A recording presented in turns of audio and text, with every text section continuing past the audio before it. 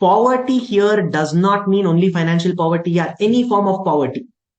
If you are born in a family which was not very effective in communication, English was not coming naturally to all the people in my family. Not your fault. You are born in that family. What you can do? But if you die in a family where everyone are very, very poor in communication, including yourself, then it is only your fault. Because between this date of birth and date of death, you could have lifted yourself and you could have ensured that you transcended that nature into which you were born. If you are born into a family where there is lot of ego clashes, brother sister don't see eye to eye, father mother are not talking to each other every day, fighting, not your fault. But if you die in a family where you can't get along with your siblings, you can't get along with your parents, you can't get along with your spouse, then it's only your fault. Because as a human being, you can transcend the nature to which you were born. So remember, if I am born poor, it is not my fault. But if I die poor, it is only my fault. So this was the theme in which we discussed session 1 of MYLC. Session 2 of MYLC, we discussed about time management.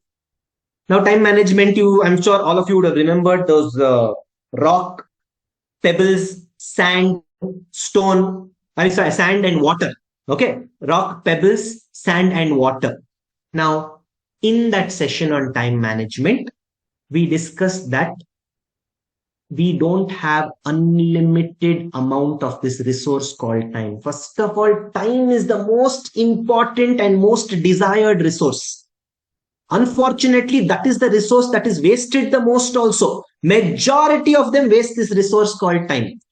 You ask them to part with 5,000 rupees money, they will not give you. They will take your life, but they will not give you 5,000 rupees. But you ask them to give time, tell them, come, let's go watch movie, let's chill, let's just dream about the past, let's gossip. What? They will give 5 hours, 6 hours, 8 hours, 10 hours. Somehow people value money more than time. Actually, time should have more value than money. In fact, it seems once there was a person who all his life saved his money. And then finally one day he decided, now I am going to enjoy all the money which I have saved in my life. And he counted one by one, every note he counted. After 7 hours, he had counted that he had 50 crores with him. All his life, he was leading a very, very, very simple life, minimalistic life, trying to save money, conjuice, all those things he did. And now he counted 50 crores he had. And he had decided, now I'm going to enjoy my life. He looked up and he saw someone standing there. So immediately he said, who are you? Why have you come? And you have come without my permission. Immediately that person standing on the other side said, I am Yama. I am the Lord of Death. I have come here to take you. And I don't come by invitation. I come and I invite. So then this fellow said, hey, what? When are you planning to take me? Right now. I am going to be taking you right now. So this person said, boss, just now I counted 50 crores I have. Give me 1 year's time. Give me 1 year's time. I'll enjoy this 50 crores. Then I'll come. Yama said, I don't think you understand how I operate. I have to take you right now. So this person replies, okay, do one thing. 25 crores I'll give you. You give me another 1 month of life. Remaining 25 crores, at least I'll enjoy and come. Look at the mentality of man. Even on the threshold of death, he's willing to part only with 25 crores. Yama said, all that is not possible. You need to come with me right now. Then this guy pleaded, boss, I'll give you full 50 crore. Can you give me at least 1 minute in life? Finally, Lord Yama yielded. Lord Yama said, okay, I'll give you just 1 minute, 60 seconds I'm going to give you. Do whatever you want and then I'm taking you. It seems he went running, found one scribbling pad, picked up a pen and wrote in that scribbling pad, all of you who have money, please enjoy it now only. I just realized that even with 50 crores, I cannot buy a single moment of life. If he does not give it, you do not have it. You know how many people went to sleep last night and did not wake up to this morning? How many people are going to sleep tonight and not wake up to tomorrow morning? Me and you have been given one more day of life. And if he has given us this one more day of life, it simply means he believes in us. If he did not believe in us, he would not have given us one more day of life. When he believes in us, what is your problem in believing in yourself? Why can't we live up to the potential that a human being was created for? We also discussed how there needs to be a sense of urgency in everything that we do because we have a very limited amount of time. There has to be a sense of urgency. Now, urgency does not mean everything you do fast, fast, fast, do wrong, wrong, wrong, mess up everything, everything. Not that. You can be slow in thinking, but be fast in implementation. Number of people who will go on postponing, postponing, postponing. In transcend only, I'll tell you.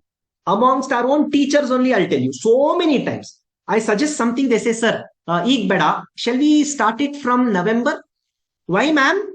No, sir, simply, sir, November will start. Why? Just now college has started. No, why we have to implement all this now? Nothing doing. I will live my life with a sense of urgency. I don't have unlimited amount of this resource called time. So all the first PUs who felt, my God, in Transcend, so many damn things happened in first week only. So many things happened in Transcend. That's because it's a conscious endeavor of majority of us in Transcend to live our life with a sense of urgency for the simple reason that we realize we do not have unlimited amount of this resource called time. Remember one law with respect to time. That on which you invest time grows. That which you starve of your time shrinks. Anything and everything. If you have invested time on it, it grows. If you have starved it of your time, it shrinks. Example, let's assume that you are fabulous in history, but very, very poor in Kannada. It simply means you have invested more of your time in the subject called history, and the subject called Kannada has been starved of your time. That's the only reason why you are so good in history and so poor in Kannada. Supposing you are excellent in dancing, the way you dance, people ask you, do you have bones or what? Every bone is moving like in one direction. But you are absolutely pathetic in public speaking. It is because you have invested more of your time in dance and you have starved public speaking of your time. That on which you invest time grows. That which you starve of your time shrinks. Everything which you are good at, go back and reflect on your life. You have invested time on it and that is why you have improved. Everything which you are very poor in your life, go back and reflect. You have starved it of your time and that's why you are no good. That on which you invest time grows. That which you starve of your time shrinks. And the beauty of life, dear students, is that you can decide on what you want to invest your time. Nobody can decide that for you. No God or anybody can decide what you want to invest your time on. You can decide. That is why I believe to a very large extent, we are the creator of our destiny. You know, in Transcend Pledge Statement, which all of you read, which all of you narrate every single morning, there is one line which said, I will co-author my destiny. That line starts like that. I will co-author my destiny through consistent, directed, self-motivated effort. Now, that is because it is absolutely up to you what you want to invest your time on. Dear students, considering that it has been 1 month since we have done our MYLC, I want to introduce a new aspect into MYLC. Now, the reason I'm introducing it after 1 month is because somewhere I felt initially a lot of us will be in judgmental mode. What Siddharth thinks he knows everything. He's an accounts teacher, chartered accountant. Let him just teach accounts and go. There'll be a lot of judgment there. So I didn't want to do this in the start. I will be sending you an email ID or I'll be creating an online form, whatever it is. If you have any questions or topics that you want me to address, you can send it in to me, but it is my wish which one I want to answer, when I want to answer, if I want to answer. If you are going to be a person who will send me some query and then get upset that I did not discuss about it, then send another email telling me, sir, I have asked third time, you're still not discussing, then don't even send that query. If you're a person who feels, I will ask, asking is my duty. Whether sir is going to take it up in the next session or not, it is his problem, not my problem. If you're going to be thinking on that direction, then please send in if you want me to address any topic. If there is any transformational story that you have gone through, you want to add anything to which I have said, you can send it across and I will look into it. One more favor that I want from the 450 of you who have been attending regularly is, can you see if you feel I have helped you, can you say thank you to me by helping someone else?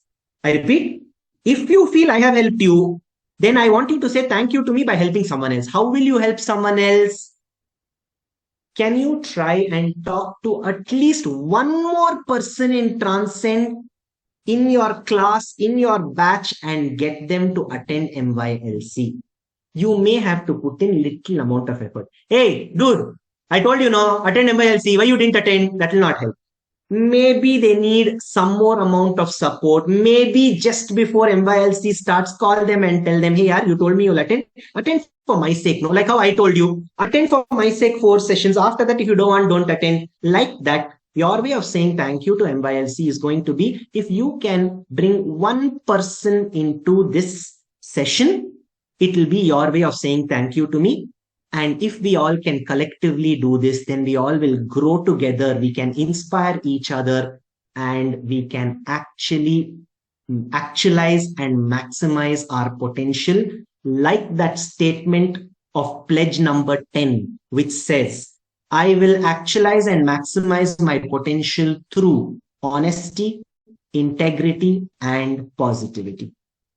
Love you guys. Take care. See you in Transcend tomorrow. And glad that so many parents also choose to sit with their children and attend the same. Bye.